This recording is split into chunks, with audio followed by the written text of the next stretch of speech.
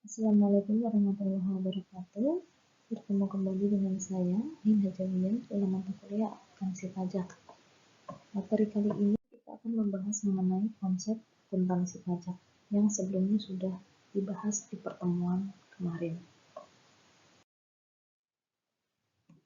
Saya sedikit mengulang kembali dan melanjutkan materi konsep akuntansi pajak di minggu kemarin. Definisi akuntansi dari aspek proses ya. Teman-teman sudah mempelajari di pengantar akuntansi. Akuntansi adalah keseluruhan sistem dan prosedur tentang cara pencatatan, penggolongan, peringkasan, dan pelaporan transaksi keuangan dari satu unit ekonomi dan menafsirkan hasil laporan tersebut. Kemudian dari aspek fungsi, akuntansi adalah sistem pengolahan data keuangan yang menghasilkan informasi keuangan dari satu unit ekonomi yang memungkinkan para pemakainya untuk menggunakannya dalam pengambilan keputusan. Dari transaksi-transaksi yang dikumpulkan atau bukti transaksi yang ada, lalu dilakukan proses pencatatan, penggolongan, peringkasan, dan pelaporan, sehingga menghasilkan informasi keuangan, baik dalam bentuk laporan keuangan maupun informasi lain. Berikut adalah beberapa stakeholder atau pemangku kepentingan dalam sebuah entitas bisnis. Pertama ada pemilik, pelanggan, kreditur, pemasok, dan ada yang lainnya seperti karyawan, masyarakat, dan lain-lain. Ini adalah skema hubungan antara entitas bisnis dengan masing-masing stakeholder tersebut. Nah, ini fokus dari akuntansi pajak ada dalam slide ini. Akuntansi yang berdasarkan pada PSAK atau praktik akuntansi yang lazim dimulai dari sumber dokumen, kemudian proses penjurnalan, buku besar, neraca saldo, dan menghasilkan laporan keuangan. Dan di antara laporan keuangan tersebut terdapat laporan laba rugi komprehensif, di mana dari laporan laba rugi tersebut kita akan melakukan rekonsiliasi fiskal, yaitu menyesuaikan laporan laba rugi berdasarkan PSAK dengan ketentuan Undang-Undang Perpajakan. Penyesuaian ini bisa berbentuk positif maupun negatif.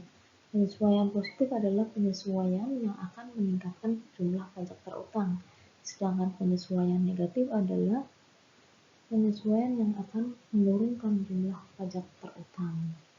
Dari hasil rekonsiliasi fiskal tersebut akan didapatkan laba rugi fiskal. Dari laba rugi fiskal tersebut, kita akan dapat menghitung jumlah pajak terutang dari perusahaan atau orang pribadi tersebut. Nah, kedudukan akuntansi pajak dalam ilmu ekonomi.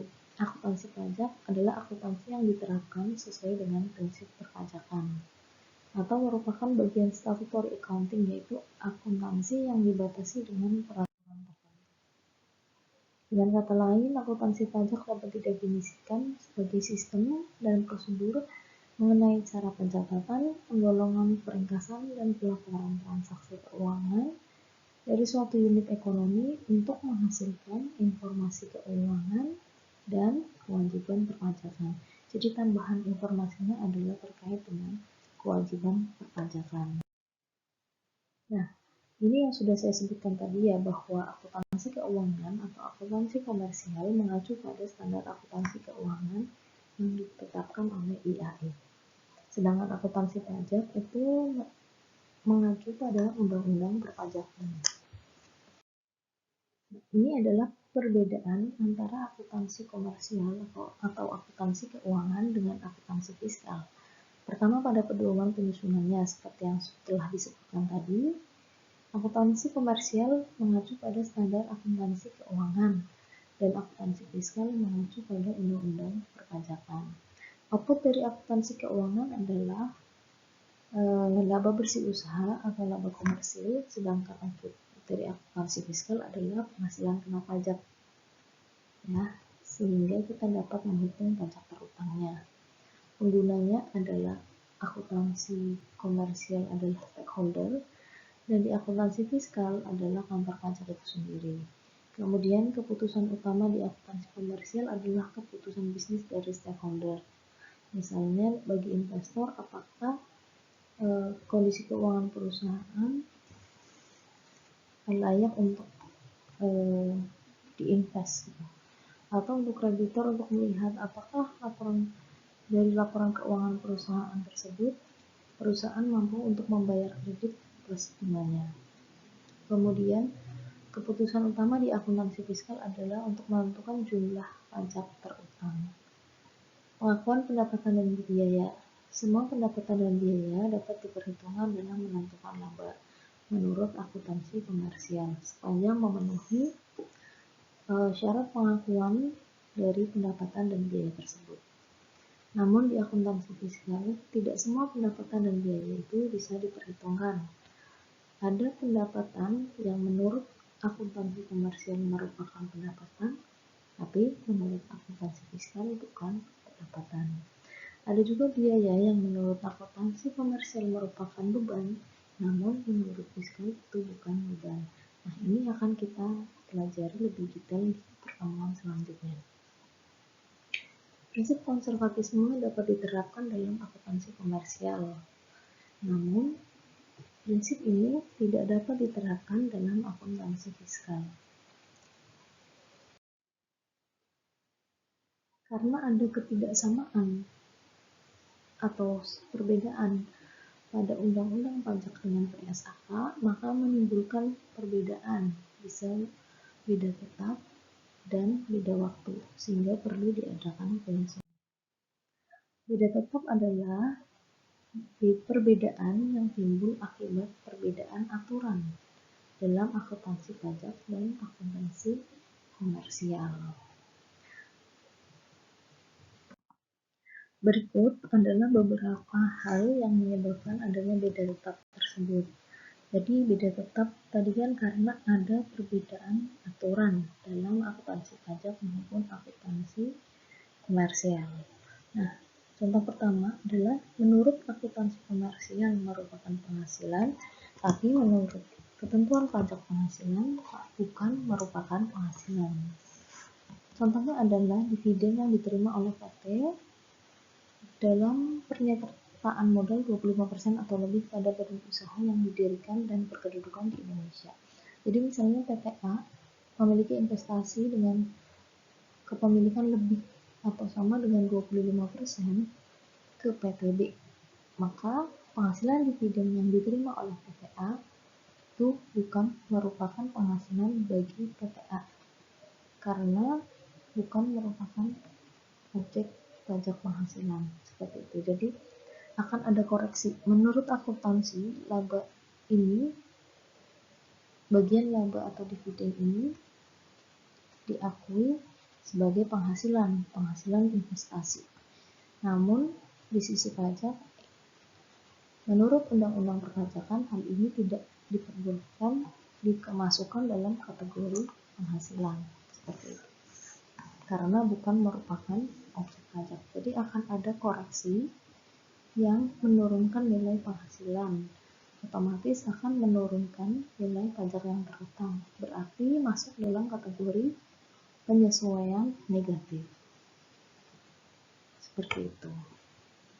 Kemudian contoh yang kedua adalah menurut akuntansi komersial merupakan penghasilan, sedangkan menurut ketentuan PPh telah dikenakan PPh bersifat final. Contohnya adalah penghasilan bunga deposito dan tabungan lainnya yang telah dipotong PPh final oleh bank sebesar 20%. Misalnya perusahaan punya deposito di bank. Perusahaan akan mendapatkan bunga yang sudah dipotong 20% pajaknya oleh bank. Karena pajaknya itu bersifat final, maka bunga deposito tersebut tidak dapat diakui sebagai penghasilan dalam laporan keuangan fiskal perusahaan. Jadi menurut komersial, bunga deposito itu termasuk dalam penghasilan, namun menurut fiskal tidak termasuk dalam penghasilan, maka penghasilan tersebut akan dilakukan koreksi. penghasilannya akan berkurang, otomatis pajaknya juga akan berkurang, maka termasuk dalam kategori penyesuaian negatif. Contoh yang ketiga adalah menurut akuntansi komersial merupakan beban atau biaya, sedangkan menurut ketentuan pajak penghasilan tidak dapat dibebankan sebagai pengurang penghasilan bruto. Ya, jadi menurut komersial itu beban, tapi menurut fiskal bukan beban. Contohnya apa saja? Contohnya adalah biaya yang digunakan untuk memperoleh penghasilan yang bukan objek pajak atau pengenaan pajaknya bersifat final. Nah, ini nanti akan kita pelajari lebih detail di pertemuan-pertemuan selanjutnya tentang apa saja sih kategori-kategori penghasilan dan kategori-kategori beban yang memiliki perbedaan antara komersial dan fiskal seperti itu. Ini gambaran singkatnya terlebih dahulu. Kemudian yang kedua, penggantian atau imbalan sehubungan dengan pekerjaan atau jasa yang diberikan dalam bentuk natura atau kenikmatan. Natura itu contohnya pemberian dalam bentuk barang, ya, contohnya pemberian beras ke karyawan misalnya. Nah, secara akuntansi tentu itu boleh dijadikan beban ya, karena perusahaan memberikan beras ke karyawannya, itu boleh dijadikan beban. Tapi menurut fiskal, menurut undang-undang perpajakan, ketika perusahaan memberikan kepada karyawannya itu dalam bentuk barang atau fasilitas, maka hal tersebut tidak boleh dijadikan sebagai beban. Dengan ketentuan-ketentuan dan syarat yang berlaku, itu nanti kita pelajari lebih detail. Otomatis ketika menurut akuntansi pemberian barang itu termasuk beban, namun menurut fiskal itu bukan beban, berarti akan ada koreksi atas beban tersebut. Menurut fiskal, bebannya menjadi lebih kecil, otomatis pajaknya akan menjadi lebih besar. Maka ini termasuk dalam kategori penyesuaian positif. Kemudian yang ketiga adalah sanksi perpajakan berupa bunga, denda, dan juga kenaikan.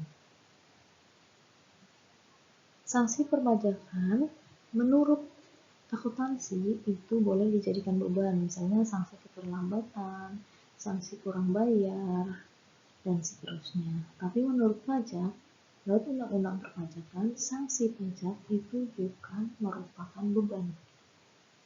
Oleh karena itu, akan dilakukan penyesuaian atas sanksi perpajakan ini. Kita patokannya adalah di laporan keuangan fiskal. Menurut fiskal, beban-beban sanksi perpajakan tersebut tidak boleh diakui sebagai beban. Otomatis, beban tersebut harus dikurangi. Beban yang semakin kecil akan membuat pajak semakin besar. Hal ini akan meningkatkan pajak yang harus dibayar, sehingga termasuk dalam penyesuaian positif. Seperti itu. Kemudian selanjutnya adalah biaya yang menurut ketentuan PPh tidak dapat dibebankan karena tidak memenuhi syarat-syarat tertentu. Contohnya adalah daftar nominatif biaya entertainment, daftar nominatif atas penghapusan piutang. Jadi nanti akan ada ketentuan lebih detail mengenai beberapa biaya, syarat dan ketentuan pengakuan beban atas beberapa biaya. Contohnya adalah biaya entertainment atau biaya menjamu tamu. Ketika biaya menjamu tamu itu ada daftar nominatifnya, ada daftar rinciannya mengenai siapa yang dijamu, kemudian dijamu di mana, kemudian apa saja yang disajikan, dan seterusnya, maka biaya entertainment tersebut boleh dijadikan sebagai beban. Namun ketika list atau detail transaksi tersebut tidak tersedia, maka biaya entertainment itu tidak dapat dibebankan. Seperti itu. Jadi ketika tidak ada listnya, tidak dapat dibebankan, maka tentu beban entertainment, beban menurut pajak menjadi lebih kecil, sehingga pajaknya menjadi lebih besar dan akan kita lakukan penyesuaian positif. Nah, tadi itu contoh-contoh beda tetap ya, beda yang muncul karena adanya perbedaan aturan menurut akuntansi pajak dan akuntansi komersial. Sekarang kita masuk ke beda waktu atau beda temporer. Jadi di sini perbedaannya tersebut muncul karena ada perbedaan metode yang digunakan antara akuntansi komersial dengan akuntansi fiskal. Contohnya metode penyusutan ya. Seperti yang kita bahas di minggu sebelumnya, bahwa menurut perpajakan untuk aset-aset non-bangunan, metode yang diperbolehkan hanya garis lurus dan saldo menurun.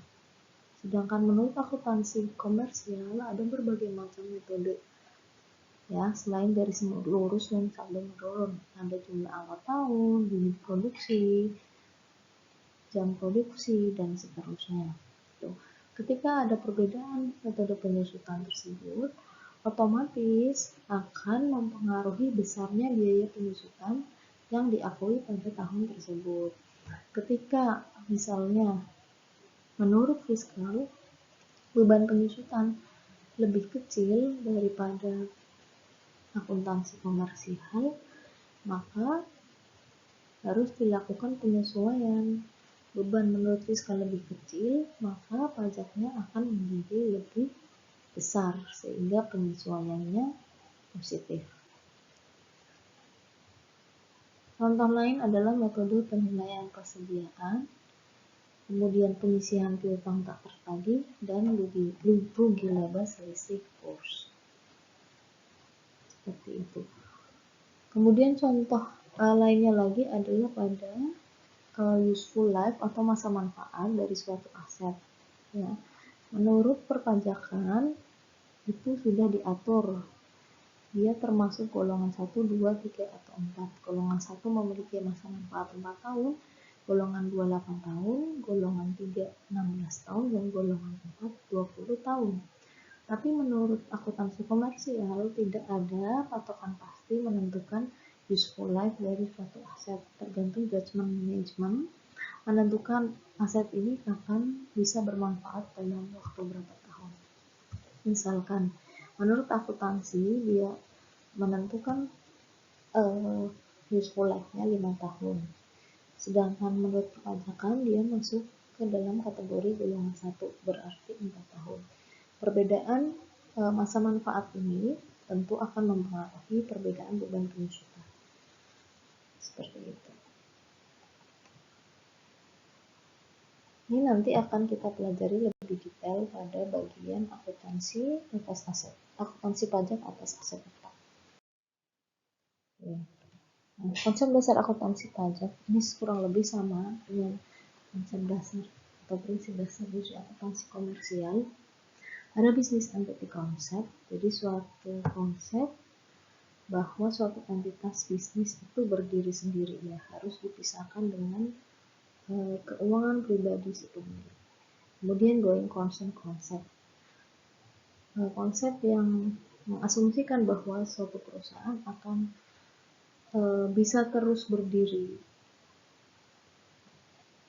akan bisa mempertahankan operasionalnya ke depan, seperti itu.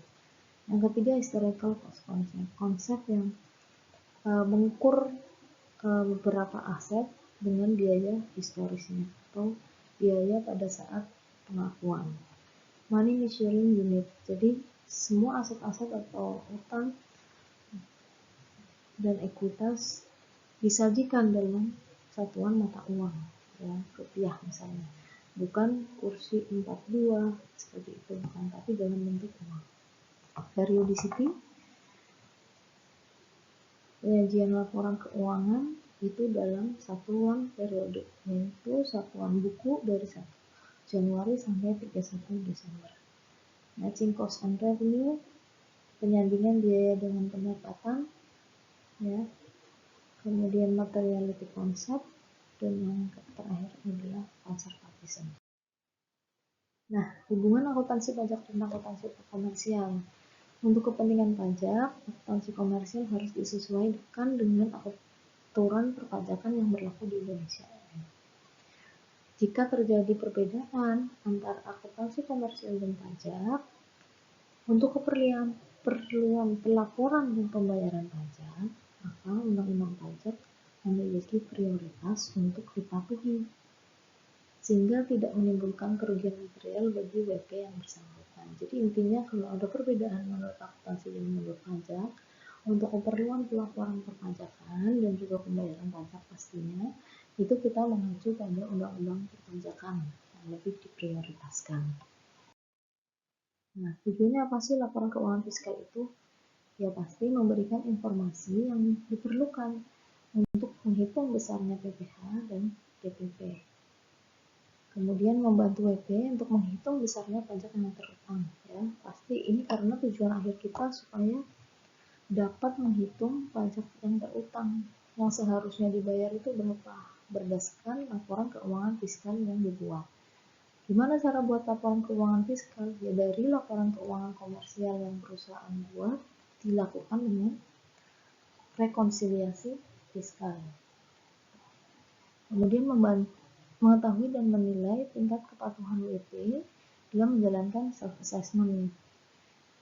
Ya, ketika terjadi pemeriksaan atau penyelidikan pajak, tentu salah satu hal yang pasti akan diminta oleh pemeriksa dan penyidik adalah laporan keuangan fiskal. Nah, ciri kualitatifnya apa? Dapat dipahami pastinya, kemudian sensitivitas informasi, kemudian laporan keuangan fiskal disajikan secara jujur dengan etikat baik, substansi penghasilan dengan nama dan dalam bentuk apapun, substansi beban yang dapat dikurangkan dari penghasilan bruto. Kemudian dapat dibandingkan dengan periode sebelumnya, perubahan kebijakan akuntansi pajak dimungkinkan dengan persetujuan DJP dengan mengajukan permohonan dilengkapi alasan. Jadi kebijakan akuntansi untuk keperluan perpajakan itu tidak bisa sewaktu-waktu diubah begitu saja oleh perusahaan. Perusahaan atau WP harus meminta persetujuan dari DJP. Kemudian laporan keuangan fiskal harus tepat waktu, paling lambat akhir bulan ketiga setelah berakhirnya tahun buku. Ya, untuk yang pribadi dan akhir bulan keempat untuk yang WP badan. Akuntansi pajak harus independen terhadap akuntansi komersial. Akuntansi komersial tidak mampu menerbitkan laporan keuangan tepat waktu misalnya karena satu dan lain hal, akuntansi pajak harus mampu menerbitkan laporan keuangan fiskal sendiri. Koreksi fiskal merupakan salah satu cara praktis dalam penyusunan laporan keuangan fiskal. Jadi ada aturan sendiri yang menyatakan yang mewajibkan suatu entitas untuk mengupload atau mengirimkan atau mempublikasikan laporan keuangan komersial tahunannya. Tapi ketika dia tidak bisa memenuhi ketentuan tersebut, tetap batas waktu yang ditentukan oleh Direktorat Jenderal Pajak untuk laporan keuangan fiskal tetap harus dipenuhi, walaupun laporan keuangan komersialnya belum dipublikasikan. Nah, ada 3 pendekatan dalam menyusun laporan keuangan fiskal. Yang pertama, ketentuan pajak secara dominan mewarnai praktek akuntansi. Maksudnya, WP di sini menyelenggarakan pembukuan sesuai dengan ketentuan perpajakan. Dengan demikian, setidaknya ada 2 laporan yang disusun, yaitu laporan keuangan komersial dan laporan keuangan fiskal. Ini cukup jarang terjadi sebenarnya. Jadi, pendekatan yang pertama adalah dari awal perusahaan sudah menyiapkan laporan keuangan komersial dan laporan keuangan fiskal secara sendiri-sendiri. Jadi sudah dideteksi mana saja transaksi-transaksi yang memunculkan perbedaan antara komersial dan fiskal. Jadi dari awal tahun sudah membuat 2 jenis laporan keuangan ini. Untuk yang kedua, pendekatan kedua, ketentuan pajak merupakan standar yang terpisah dari praktek akuntansi. Maksudnya, WP menyelenggarakan pembukuan berdasarkan akuntansi dan nanti di akhir tahun atau di mendekati pelaporan untuk kepentingan pajak, WP menyusun laporan keuangan fiskal melalui rekonsiliasi. Nah, ini yang paling sering terjadi ya. Jadi dari awal tahun dalam transaksi kesehariannya, perusahaan hanya mencatat atau mengikhtisarkan transaksi-transaksinya dengan prinsip akuntansi keuangan. Kemudian mendekati akhir tahun atau mendekati pelaporan perpajakan, Perusahaan akan membuat rekonsiliasi fiskal untuk mendeteksi mana saja transaksi yang menimbulkan perbedaan antara akuntansi dan pajak. Kemudian dilakukan rekonsiliasi fiskal. Kemudian selanjutnya dapatlah laporan keuangan fiskal. Nah, ini yang paling banyak terjadi dan akan kita gunakan pendekatan ini dalam mata kuliah akuntansi pajak. Seperti itu. Dan pendekatan ketiga adalah ketentuan pajak merupakan sisipan terhadap standar akuntansi. Laporan keuangan disusun berdasarkan standar akuntansi, namun preferensi diberikan pada ketentuan pajak apabila terdapat pengaturan yang tidak sejalan dengan standar akuntansi. Jadi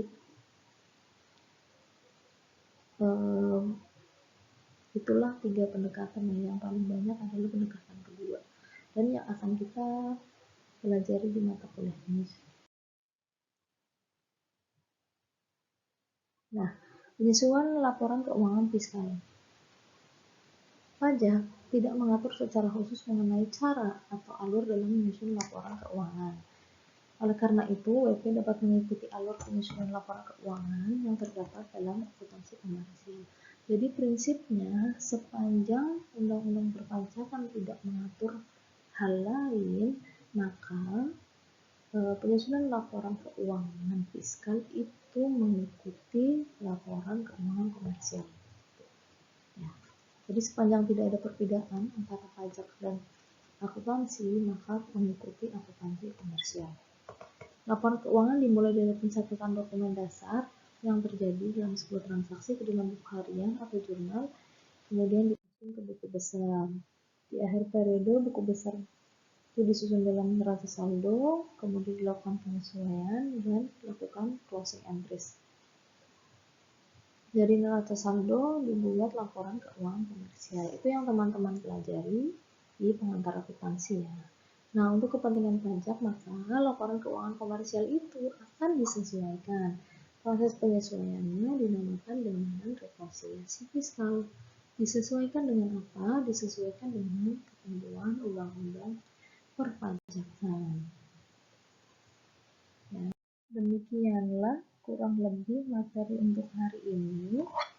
Silahkan jika ingin ada yang ditanyakan, kita bisa diskusi di Google Classroom ya. Terima kasih, mohon maaf jika ada kekurangan.